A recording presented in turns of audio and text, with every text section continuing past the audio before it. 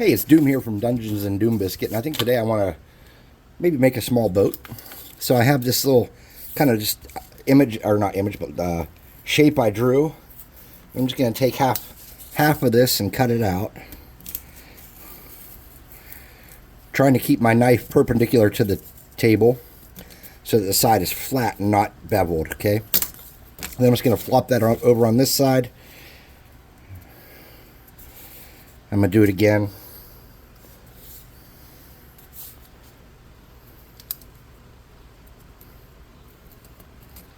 And just like everything else, perfection is not a prerequisite for having a nice craft. And if your boat is not as nice as you want it to look, you can try again when making it out of cardboard. And if it's close, what's to say you can't turn it into a boat for something else? For example, my plan right now is to make kind of an elven-looking boat, where it's like, it would be like on a river or a lake, and you could have a war party on it. But if it doesn't work out, I'm not flipping. I'll just turn it into like some other kind of like orc or goblin boat or something.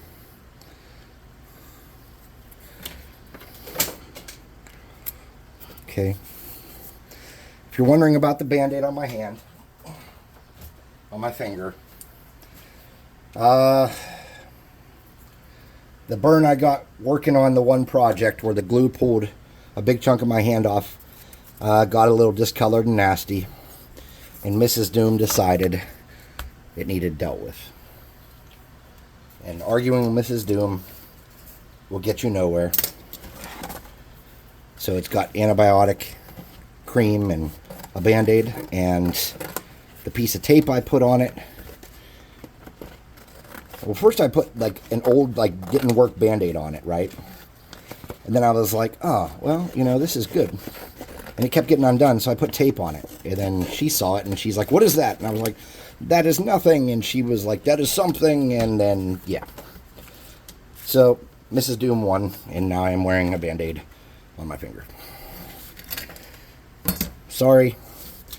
I let everybody down. Mrs. Doom won. So we need planks on our boat, and I kind of want them to run crosswise this way for two reasons. One, to sturdy this up. So let's cut some thin pieces of cardboard that we can use as decking for our boat.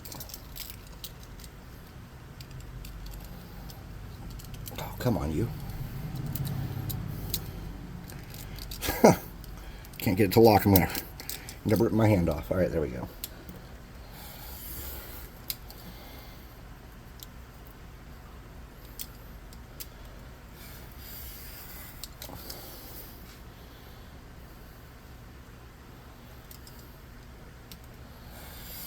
This is not something you want to come back and do later.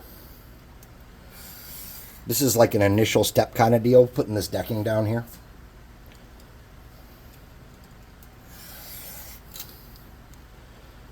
Because once we get the bottom done, we are going to do the sides. And once you get those sides on, the hull or whatever, you're kind of... Now, I don't know a lot of nautical boat stuff. One of my players used to be in the Navy, and he's tried to teach me, and my memory's terrible. Like, I kind of understand port and star... Oh, this is the end of that piece. So I kind of understand port and starboard and stuff like that, but I am not, by any means, an expert on such stuff. So my plan here is just to kind of come across here and get that looking kind of flush and straight. Then I'm just going to kind of do some different lengths to look like boards. So, like, I don't have an exact plan, but, you know, I have some kind of plan.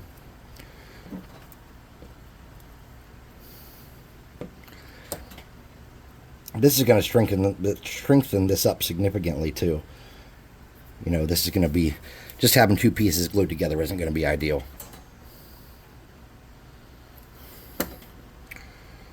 Okay. I was just on the phone with a good buddy of mine. He was my roommate in college and the best man at my first wedding. The first Mrs. Doom and I, my last tour overseas, she decided she had other things she wanted to do with her life, and she went her own way. So he was the best man for that wedding. We were very close homeboys. We spent a lot of time. We lived in a dorm together, and we spent a lot of time partying and kind of becoming adults together. And I guess really you don't become a real adult till you understand responsibility and stuff, and which we didn't. But I think you get the drift. You know, we were going through like a very big developmental time where we were partying and hanging out and talking about what we wanted to do when we grew up. And we tried to join the Army together, actually. And our recruiter that was helping us was a little bit less than honest. So we were playing a Star Wars role-playing game at the time, and we had these characters named Hawk and Falcon, and we were like a invincible sniper duo. So we were young, you know, we were 19 or whatever, and we told this dude, hey man, this is what we want to be. And he's like, oh, I can make that happen. So of course we were stoked, thought we were going to be super snipers. Then he said, hey, at the time I was my oldest son. We were pregnant with my oldest son, my first wife and I. And he was like, I know you got to get going fast because you got to family of sport. There's only one spot right now, but you can go. And then later, your homeboy will come. And it wasn't until I got into my OSUT, my one-station unit training and stuff, and, the discussion about jumping out of planes and stuff came up to where they were like, oh no, there's nothing in your contract about this. You were misled. Turns out my roommate had diabetes. Diabetes, yes, I know, but I was doing the Wilford Brumley kind of deal. And he wasn't coming. And I found that out after I was at my first duty station. Or maybe it was right before I graduated basic, I'm not sure. Or I was set. Basic is like if you have some kind of like smart guy job, like radio repair or whatever, you go to basic training back then, and then you'd go to your AIT, which was like your advanced training. And for combat people, they felt that it was important that you did all your training at one spot. So they had OSUT, which was one station unit training. And I think they still do that. My second oldest boy went to the military, and they were doing that not long ago. So that can be, still happening very well. I'm not sure.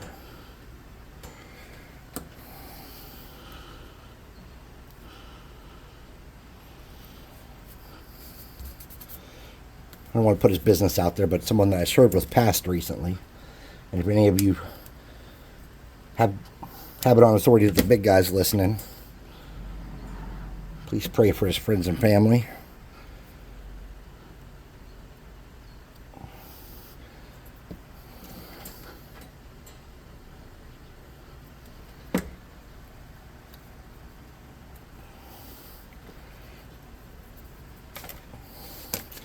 Alright, we're going to need some more planks here.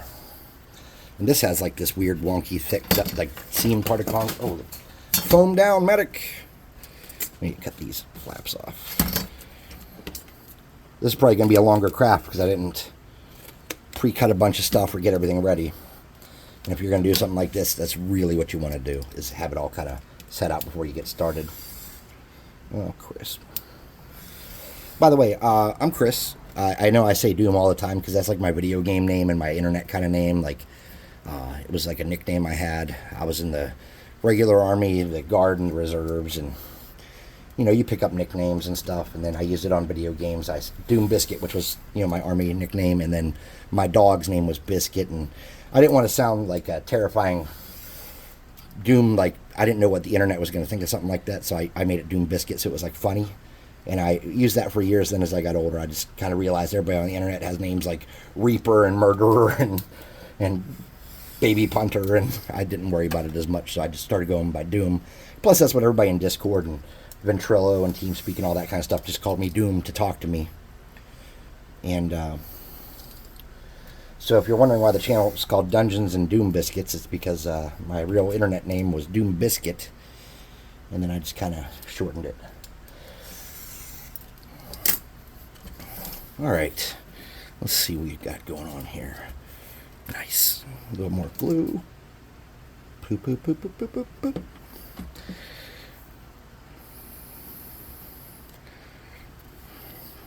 Now, every stage of this is going to be somewhat similar. So, if you want to skip ahead and not listen to me jibba jabba, you may do so. I don't think you're going to learn any new techniques till you see me doing the sides. So for now, if you want to quit watching, go ahead. Come back, fast forward a little bit, go in the other room, get yourself a cup of coffee or a adult beverage or whatever you're doing. I'm drinking an adult beverage as we speak.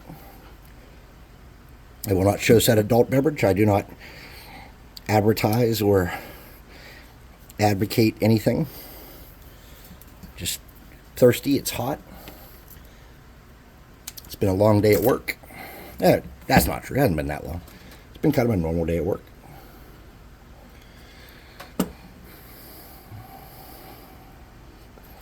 So, you want to talk about D&D or any tabletop role-playing game and how boats are. There's no really great nautical rules.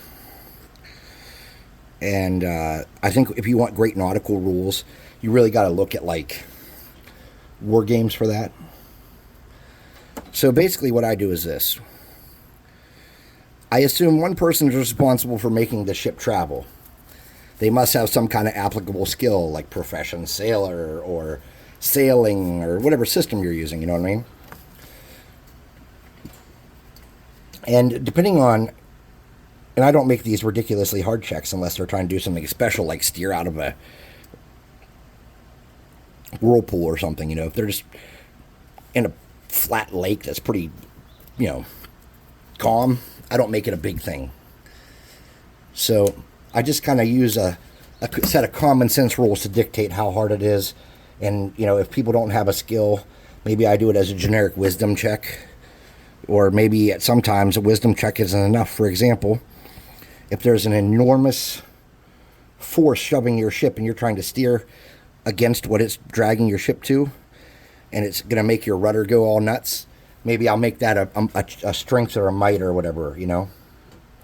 So just the whole concept is just to try to streamline it and make the naval part of it not the main focus. Unless you're doing a pirate campaign, which we do a fair bit of, and then we focus on that stuff more. But in just like regular campaigns where there's going to be some water travel, we don't make it like this enormously difficult process.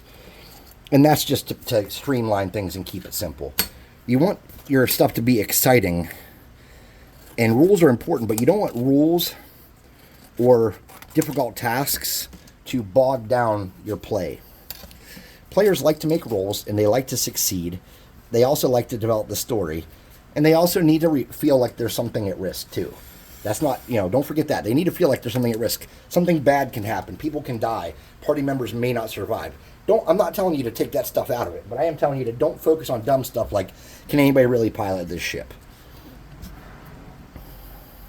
Maybe they shouldn't have got on the ship in the first place, and maybe you teach them that lesson, not with them failing a roll, but by something terrible happening that you have already decided is inevitable after the main portion of why they needed the ship is dealt with.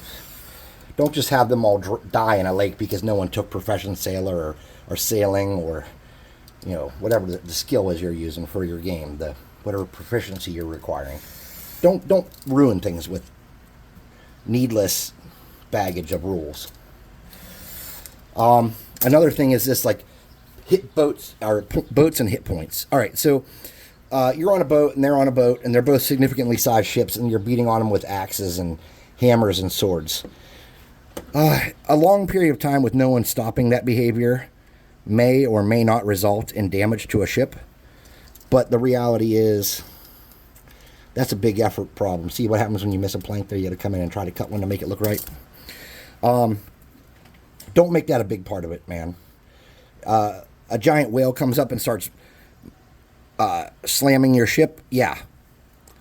Chances are there's going to be damage that's going to be, you know, an issue. Some dude's hitting your ship with a spear or a harpoon, probably not as likely, if we're going to be honest. So don't focus on that kind of stuff when you're doing naval stuff, water stuff in general. Focus more so on the fact that they're trying to do something. And there's a long-standing thing called the rule of cool. And many of you are probably familiar with this, and some of you may not be. Generally, if your players hop on a ship they're not trained to get onto as part of progressing the storyline or escaping something in a cool way, just kind of let it work. Because they're going out of their way to make an adventure. That's what they're on, an adventure. Adventures are exciting. They're not on a grueling trip of suffering. Don't be that dungeon master or game master that makes everything horrible. Be fun. Be spontaneous. Let physics be ignored occasionally. If someone wants to do a charging attack where they dive through the air and swing their axe, okay, so set up some movement requirements for that action. Yeah, sure, obviously. But don't make it to where it can't happen unless they have ridiculous rolls. Okay, so let's just say that the regular difficulty for... We'll go based off of 3-5 and work out from there. Let's say the standard difficulty for achieving this jump is 10. And they get a 7. Well, how about instead of having them fail, you say... You lash out at them with all your might, but it's beyond your normal reach and you have to extend your body. You can't add your strength bonus, or it does 2 less damage or something. If they're trying to do something exceptional and cool and they're kind of close, find ways to make it work, but penalize them for it, Let them know, hey, next time this might not be the case, but this time you pulled it off, Say, oh, you just still luckily somehow caught them. Or, I know, here's one, and I do stuff like this. Roll percentile where they don't see it. I don't have a Dungeon Master screen or anything, but I have a little box that I kind of roll in sometimes with dice that I don't use frequently. Roll a percentile, and no matter what you get, say, okay, this time, yeah, you probably won't be so lucky next time. So maybe they'll put some points into the jump or athletics or whatever check they're using, and try it again later. But don't make them fail. Try to help your party do cool things and make the role play fun. Make the fact that they're taking effort to do something besides move 6 inches and swing for a turn, reward them for that behavior. For those of you that will end up with the Tomorrow Comes Doom system, the source book comes with tons of information on this kind of stuff, like how to make the gameplay a little more fluid and interesting. For those of you that ignore it, you'll hear enough of it on the channel here, I'm sure, that you'll get some tips. And I don't think I am the greatest DM in all history, but in my group, I am known as, and in all the groups I've been in, I'm the forever DM. I don't really enjoy other people's DMing. I've tried. I've been doing it since I was 10 or 11. I've been the forever DM since then, and I play in other people's games. I try to give them a fair shot. If they're playing one of the editions or a game system that I know the rules to very well, I definitely can't enjoy myself. And even with other systems, either I have complaints with their style of DMing or how boring it gets because they don't have anything going on or they don't challenge you. I'm just a shit. I'm an impossible to deal with shit is the real problem there. So yeah, as a forever DM, like I said, I don't know everything. But over the years, I have learned some stuff. And I'm worried that this younger generation doesn't have the same love for the hobby. And that if we don't teach them, and I saw this with my older sons, especially who are in their 20s now, if we don't take the time to teach them what it's about, it's going to become what Blizzard or Wizards has made it about, money.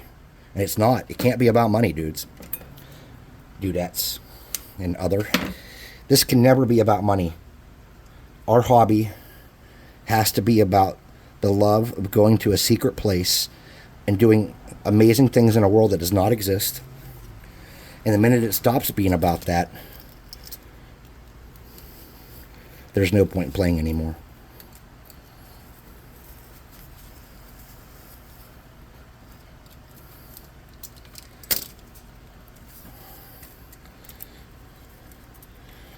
So, spreading the love of what we do on to the next generation is crucial, because how sad would it be to know that something that many of us have loved for over 30 years or more is gone. It died, and we did nothing to spread that love to a new generation. We did nothing to help them prepare and to understand. And just because you don't have kids doesn't mean that you don't have access to people to teach this to. Doesn't mean you don't have access to a generation that needs something like this that's free and fun and safe and you can do it in your house. And really, all you need is the desire to play. You don't need dice. You don't need miniatures. You don't need boats. You don't need anything. You can just play. You're sitting in the car. Your kids are in the back seat and your wife's in the front seat, or maybe she's driving, whatever it may be.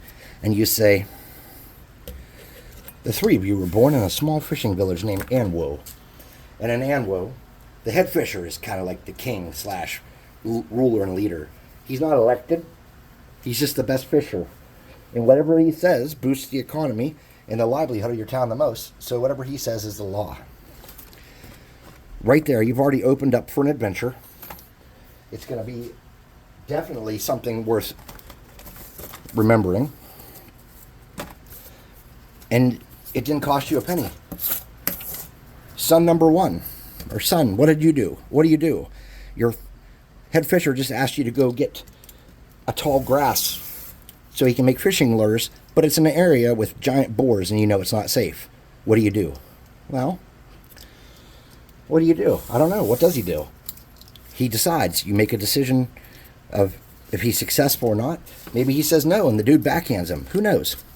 All right, so for this part here, what we want to do is we kind of want to start fleshing out the sides of our boat. So I'm just making you can freehand this, or you can get like a pizza pan or something, however you want to do this. But I'm just going to make this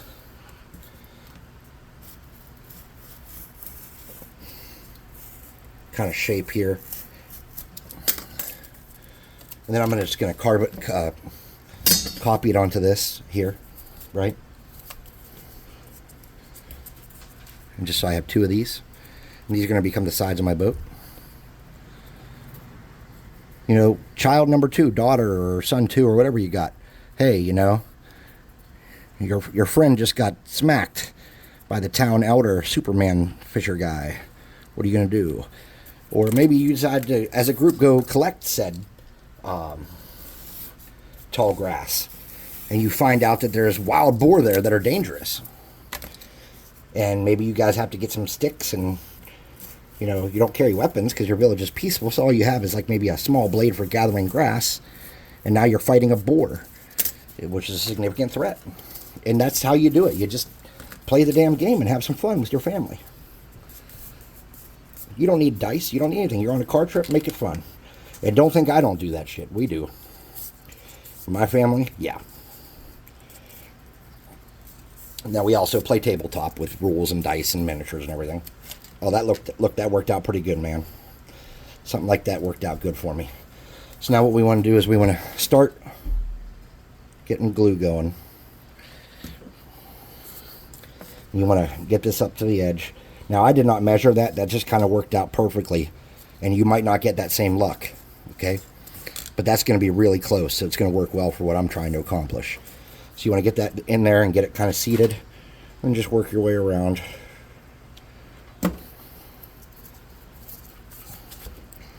Pulling that tight. And fitting that along there and letting that glue solidify.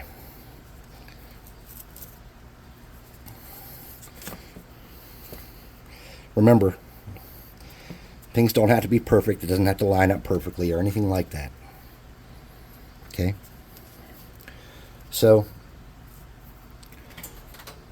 but teaching this to a younger generation, like I said, is very important because it will die off. Wizards has already kind of decided they want to turn it into a digital property. And I'm not sure if that's bad or good or if, that's the future. But what I do know is that for those of us that love it the way it is now, people might never see it that way unless we make an effort to give that to them. We owe that to the next generation. Just like, and I realize I've been around kind of since like the beginning of it. But like Old Man Sam in my group, he has been around since the beginning of it. And the knowledge he has imparted upon me, the ideals of how important it is to make the table fun and stuff, the lessons he has taught me about fairness and about dealing with players that are being shitballs, I swear to God, it was like a master class every time he pulled me aside when he first started playing with me and said, hey, maybe you should try this if people are being assholes. And he just infinitely improved the quality of my game mastering, even though I had been doing it for many years when I met him. And I can ask him about fairness and about balance and about role-playing, and he knows about the history of the game more than I do. He has brought so many artifacts of D&D legend to my home.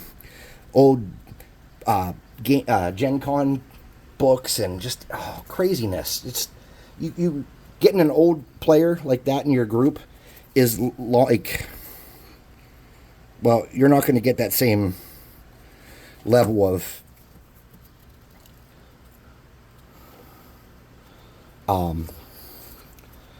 knowledge from somebody newer. That's for sure. Like if I came to your group, I've been playing forever, but I'm not going to be able to bring what my friend Sam brings to the table. Like there's just no way in hell. Like I have just so much respect for Sam, and he has just been so good. And he talks about immersion and metagaming, and he does it in joking ways. Like he doesn't assault people, but like if someone's playing a character and does something weird or doesn't make sense, he might say, "Oh, that's kind of breaking my immersion," jokingly, but he's just teaching a lesson. Like, hey, think about what you're doing here, and it's just awesome. It's so awesome. All right, so the front of this here, there's a little gap, and that's an easy enough fix. So we can just get a little piece of cardboard here and make a little shape. Follow the grain the best you can so that your shape works out.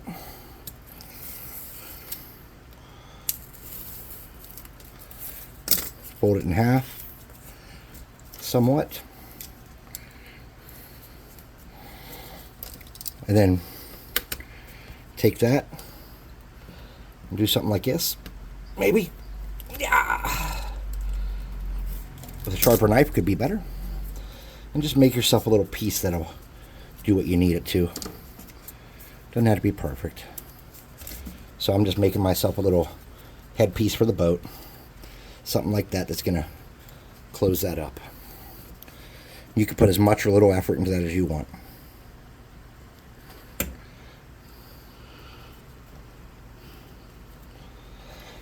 I am very lucky. We have a new player joining us in 2 weeks. When we finish our Star Wars game that is supposed to have been done at this point and still isn't, we are starting a new game.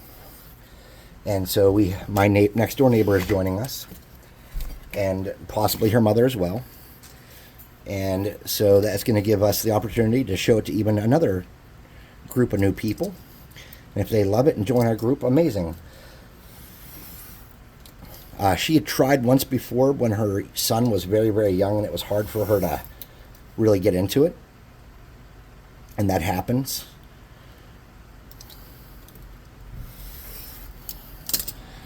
All right, so we can do decking along the sides here pretty easily, but we need to do something about this rough cardboard edge. And had I thought ahead, we would have had a plan, but we didn't. So here we are at 28 minutes in with an ugly rough edge we got to figure out how to cover up. So what I would say is the easiest thing to do would be to do decking on the sides and then cut little like pieces half this size and fold them in half and go all the way around and make it look like some decorative edge.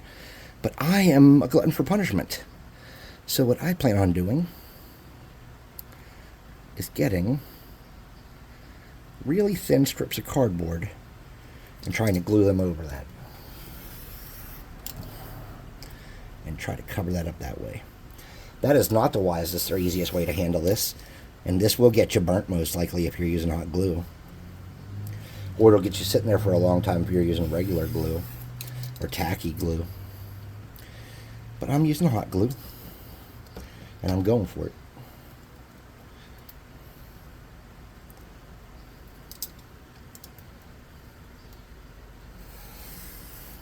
So how is this boat powered? Well, we could put a sail on it.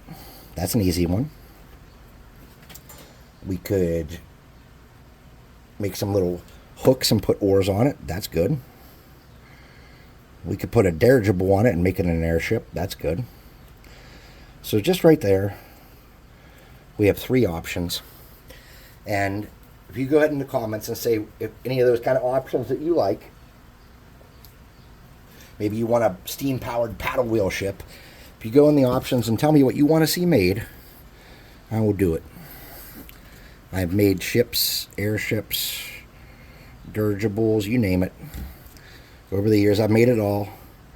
I'm not going to lie and tell you they were beautiful, but I've made them. And I'll make them again if you want. Airships are one of my favorite things to make. Just because I like to have stupid airship battles that make no sense. Where people are like jumping from ship to ship 100 foot above the ground. I love that kind of stuff, man. I am a weird game master. I like the most difficult, stupid possible situations that are cinematic and cool. I love that. I live for that stuff. I really, really love it. I love it when players have to make unconventional choices. One time, back when my brother played, he was a swashbuckler and he had been mind controlled, and somehow he was just destroying the entire party like no one could fight him. And the gnome bard started, this was probably 15, 20 years ago, the gnome bard started launching they had an airship and it had harpoon guns with chains, so they could like shoot other ships and drag them to them, even though they never actually used them for that. But anyways, he was using the harpoon gun and shooting team members with it, and even though it was hurting them, he was dragging them on the ship and then giving them potions and healing them. It was probably one of the best and funniest moments that I ever saw in D&D. I mean, I really was laughing hard. It was just, and they were all like, quit shooting us. And he's like, he's killing them. They're falling unconscious on the ground. They're bleeding out. And he's just up on this ship shooting them with harpoons. And it was just a very fun time. And that's just an example of what kind of stuff you can have going on in your D&D game to where it's worth teaching it to a new generation. So these people can have that in their life too. They can have that silliness and that nonsensical fun time of just, making things work from nothing and figuring out how to do that. And that's important. And it makes you a good problem solver, and it makes you a good team player. You will not find someone who you can say, this person's a good D&D player, that is also not a phenomenal team player. Now, that's being said, I played sports and I was in the military and stuff, and I'm not a phenomenal D&D player. So, you don't have to be a phenomenal D&D player to be those things. You don't have to be those things to be a phenomenal D&D player.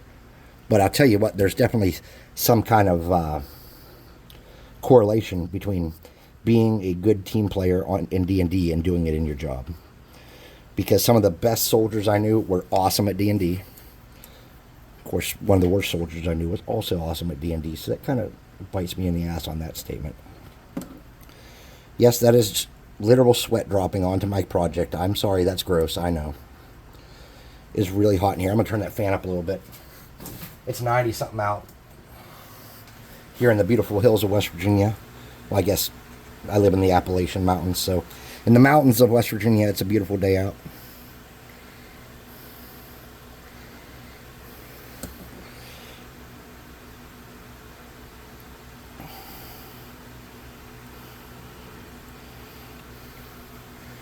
So in many campaigns, when you have a boat, your players are going to want to have a way to take that boat from water source to water source. So you need to have some kind of ship carrier carts available for rent or purchase. Or if you really want to make it convenient and they're a mid-level party or higher, maybe an item that sucks the boat into it and lets it out where they need it. That way they can play with the boat, upgrade the boat, put points on the boat and then have it when they need it. And you don't have to do that, but that's just a thought, maybe that'd be nice.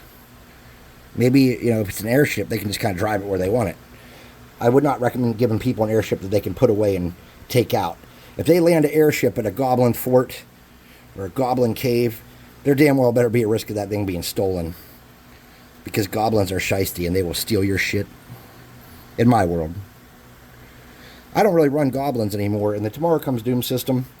For licensing reasons and stuff, I don't call them goblins anymore. So you have like your goblins, which are like your standard kind of like tabletop game goblins. They have low hit points, low attack, low damage. They're size small. And they're like, dastardly and evil, and they want bad things for the most part in my world. And you have the booglins, which are like a yellow to orange color kind of goblin. who are cowards and want to live underworld and underground, and they invent and stuff, and they're like a peaceful kind of people, kind of not in the sense that they're actually loving of peace, but that peace works for them because they don't want to have to fight. And then I have gobs. And what a gob is a booglin or a gooblin who has tried to assimilate into society, and they've stopped with cannibalism and the other things they do and become a little more civilized. And I call those gobs. And their whole goal is to be accepted. And if you're going to play a character that's a gob or a gooblin or a booglin, you are going to be, in my world, you're going to be a gob. You're going to not be cannibalistic and acting like a fool. You're going to wear pants, or at least a loincloth or something. You're not going to have your junk hanging out. You're not going to be some shisty eating people that you meet or fight. There's going to be none of that. I play my campaigns to where everybody's kind of a good guy. Everybody starts out with like a generic, I'm a good dude kind of feel. And then, depending on what's going on, we can alter it from there.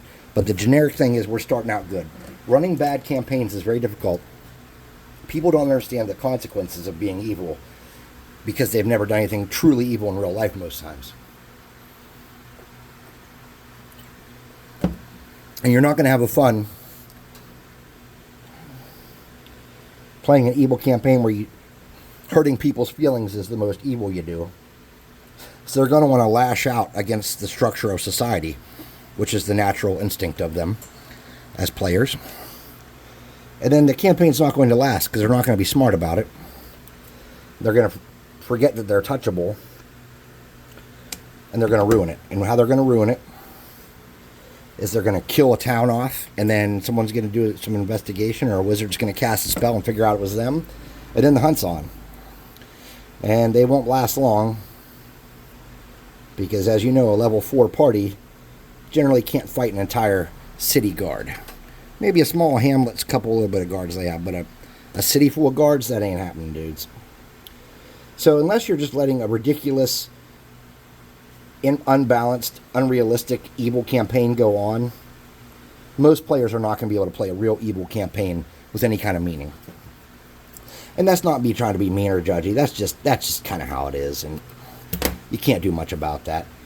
So here's kind of what the ship's starting to look like. It's not perfect, but it works for what we want it to.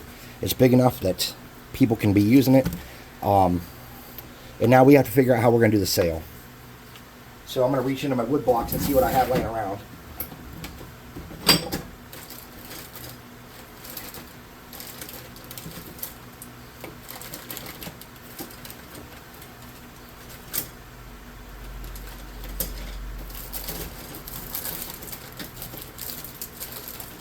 Alright.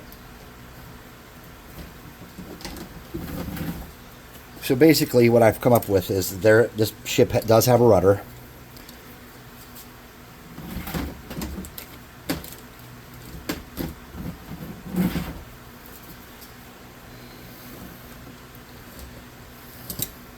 And it is controlled by a simple handle.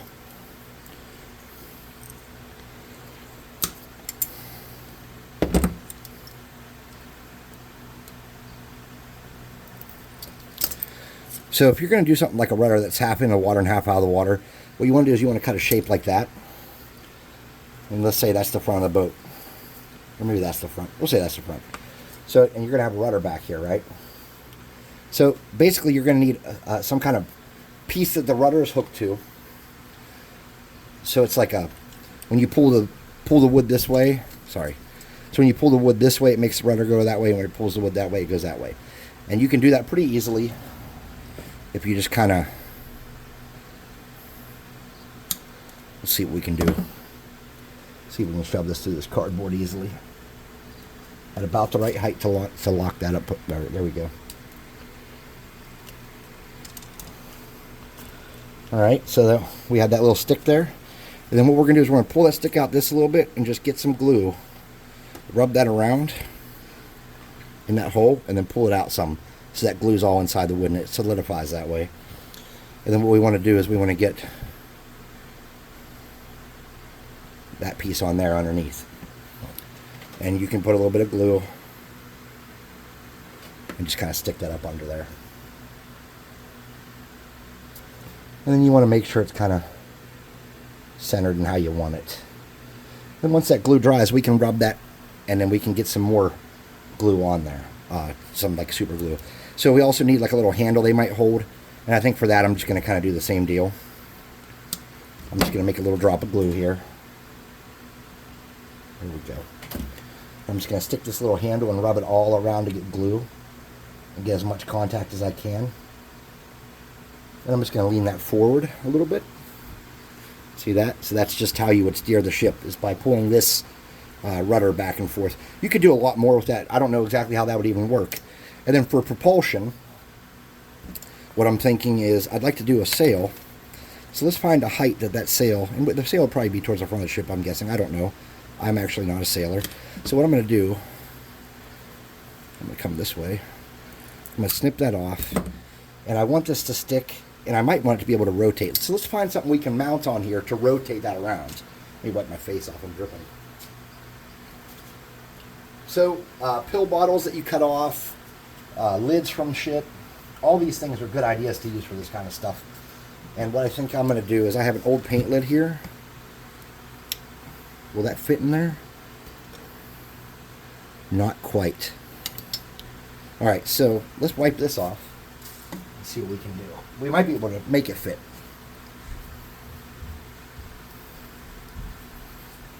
Okay.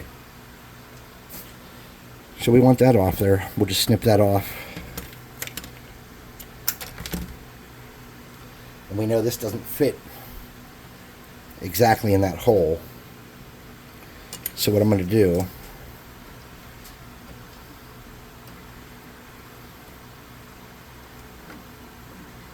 is get this knife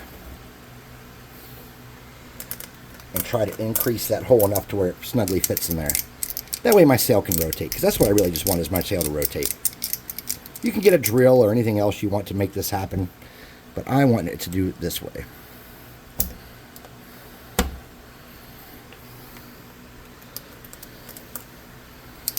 You can get a rasp or whatever you have. Just make that hole wide enough for that to fit in. There we go, something like that. And then what I would do is I would say this is where I want it centered, for example. Something like that. And I would kind of just make a guide mark of how that hole sits and measure to make sure that's good. So for the inside of the boat, it looks like it is just under 4 inches. That's a little bit at 2 inches. So that's in basically the center. We're just going to want to move that over a teeny bit. And then we're going to want a hole here in the middle of that for that piece to fit in. And you're not going to see this part, so you can just kind of drill out a little bit of a hole. Okay. Fix your spot. Get your stick. Get it lined up. Lift this up. Get glue on the inside rim. Make it kind of thick so it seeps down in and holds this bad boy in place.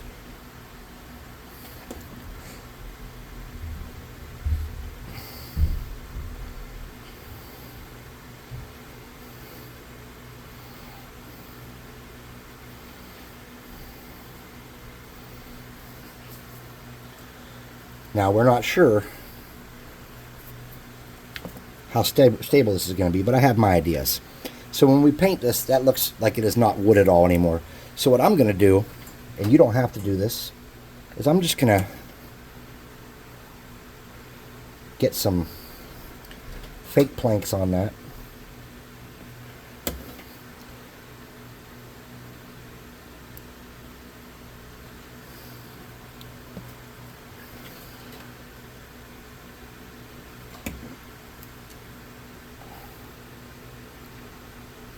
And then I'm just going to come across this way with this.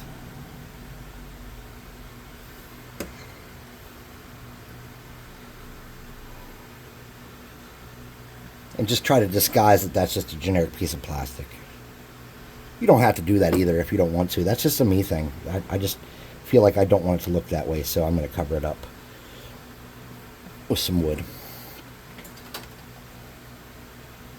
And really, that's not even wood. You know what it is. It's just a piece of this Pop-Tart box or whatever kind of box this was.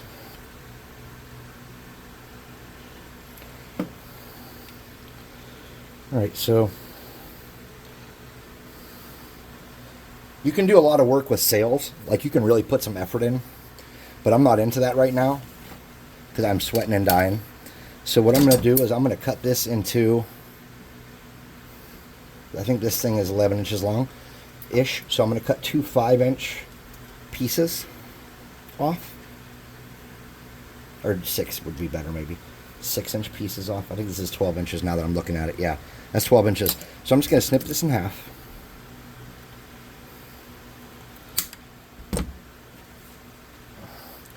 And we're not going to worry about ropes and stuff. Well, I'm a liar. You'll see why in a minute. But we're going to get a dab of glue going and get that held in place, okay? Let that settle.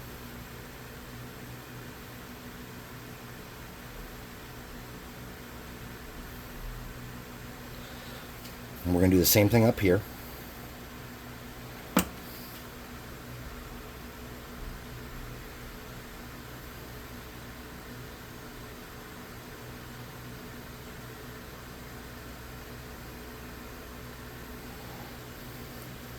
Make sure this still can turn.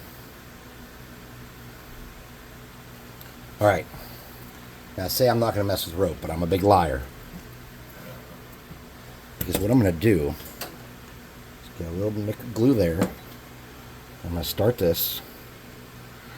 And I am going to lash this firmly in place.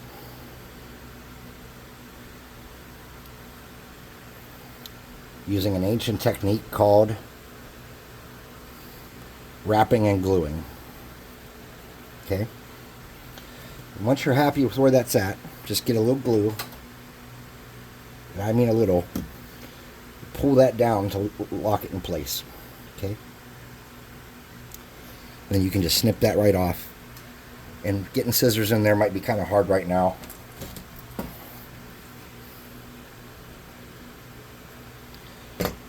And that's going to be good and strong. And we're going to do the same thing up here. We get some more string.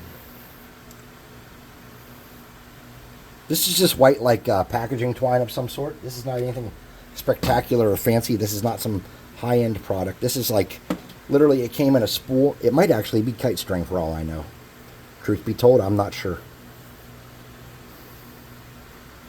All I know is that it's going to do what I want. And it's going to do it well enough to give the illusion that somebody has made a rope here. I'm going to pull that tight. Make sure that's kind of lined up the best it can be. Doesn't have to be perfect.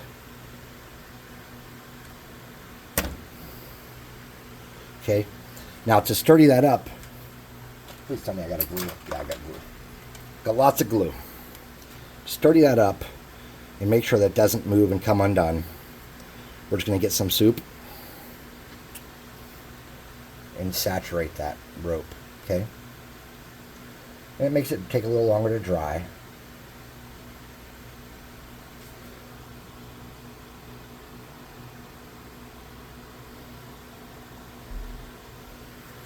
Okay. I think we're looking pretty decent here. We're kind of where we, oh, you know what? Let's get some super back here too. On this part. To make it sturdy. Okay.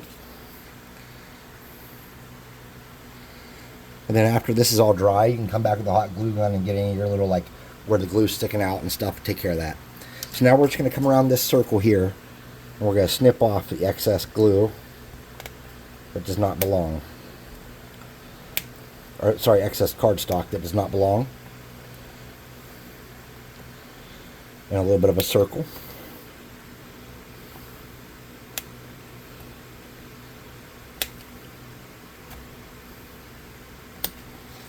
Get that out of there.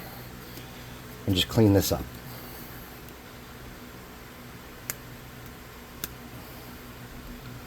And if you don't have little snippers like this, you could probably do this with an alpha or a carpet knife or a utility knife or whatever you call it. But it would be way easier to do it before you got this far, I promise you, if that's the method you're using. Alright, so we got a little bit of corner there I didn't get well. It's not perfect. Not in the least. So let's get these little pieces of glue that are kind of sticking out that I missed. And again, you can deck and plank this whole thing if you want to. I did not want to. Get your sticks in position. Make sure this is still twisting and turning. Like mine, the glue dried, so I need to bust it loose again. There we go. And get your, I don't know what you call these sideways pieces for a mask, but get your sideways pieces here. Looking pretty good. So now, once we get this on the table, this free spins, and you can, adjust that as you see fit. So I'm going to take this and I'm going to spray paint this black. But first, I really feel like I need to put a thin piece of something on the bottom to keep that stick from coming through. So I'm just going to take a piece of cardstock here in the corner of the, you can't see it off screen very well, I'm sorry. But I'm just going to glue this along the bottom.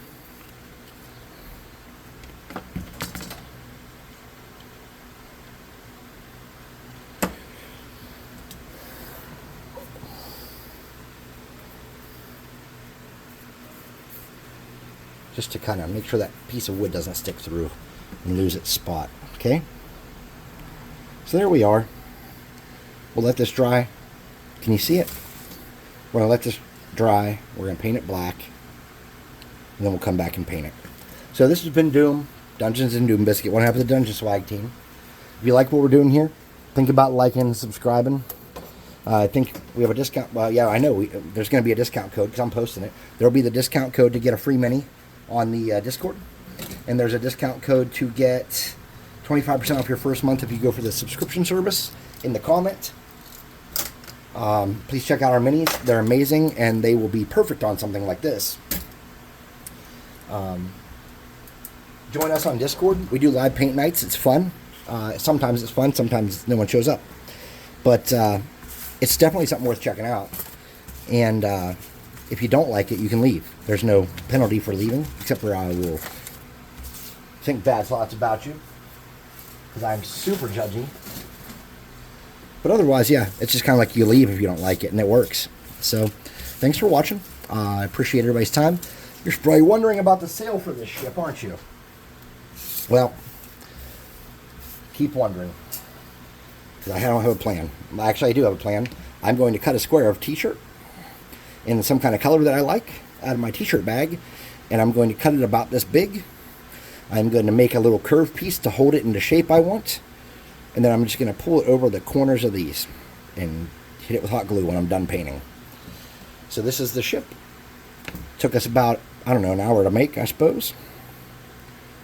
And it's probably going to take not very long to paint. So thanks for watching. Have a nice evening.